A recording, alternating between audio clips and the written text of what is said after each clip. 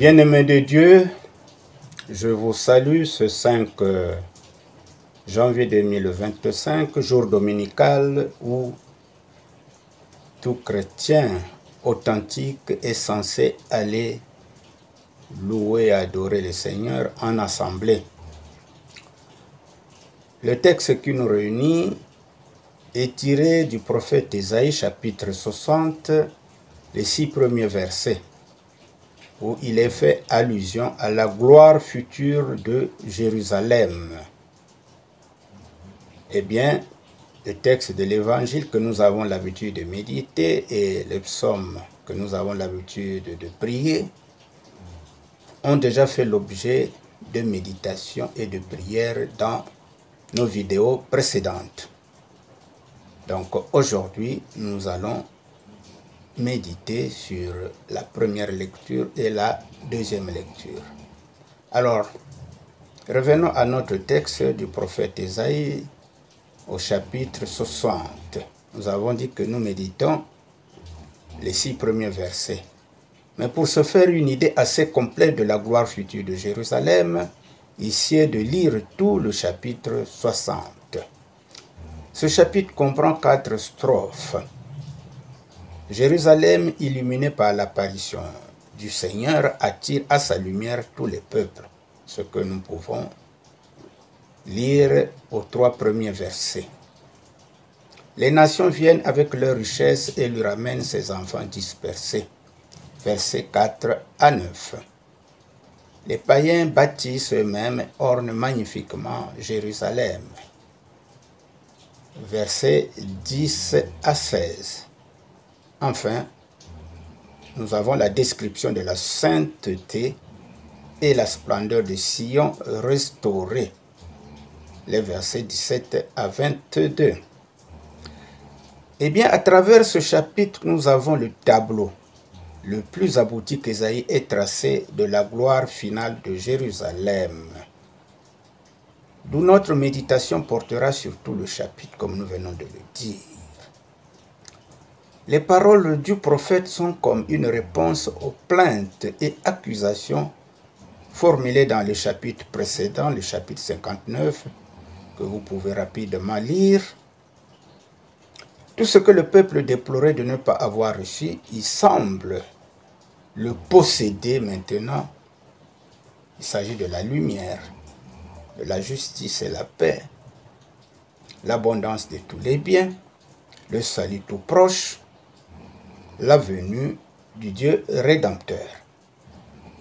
Mais ce salut n'est pas pour Israël seulement, il est pour tous les peuples. Ces peuples viendront à Sion se convertir à l'Éternel et lui consacrer leurs richesses. Sion sera le centre du royaume de Dieu et la résidence sur la terre. Et elle jouira d'une gloire et d'une sainteté dont rien ne pourrait tenir l'éclat.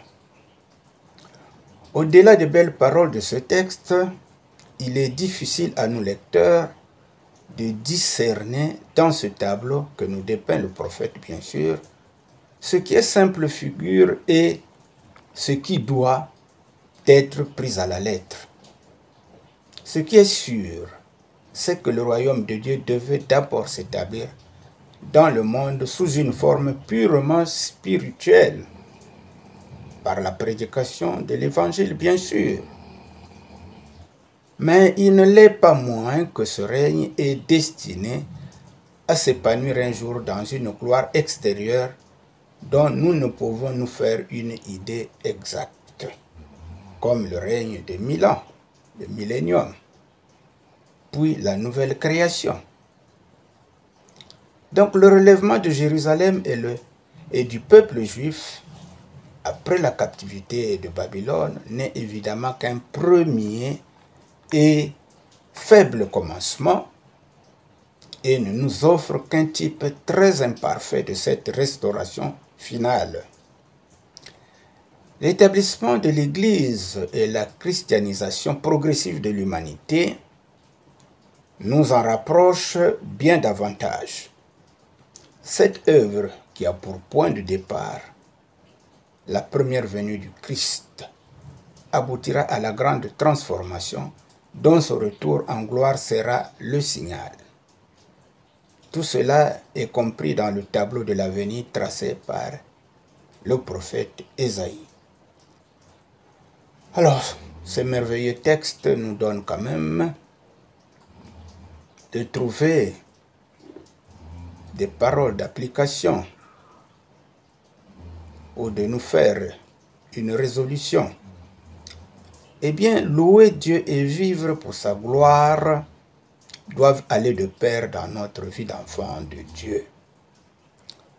Cette exaltation du Seigneur doit être l'expression de notre conversion et notre joie de vivre dans son obéissance. Accueillir Jésus et marcher avec lui est la condition de notre salut. Le disciple est celui qui doit témoigner son maître en toutes circonstances et en tout lieu où il se trouve, à travers ses paroles et ses actes. Voilà ce que nous devons faire.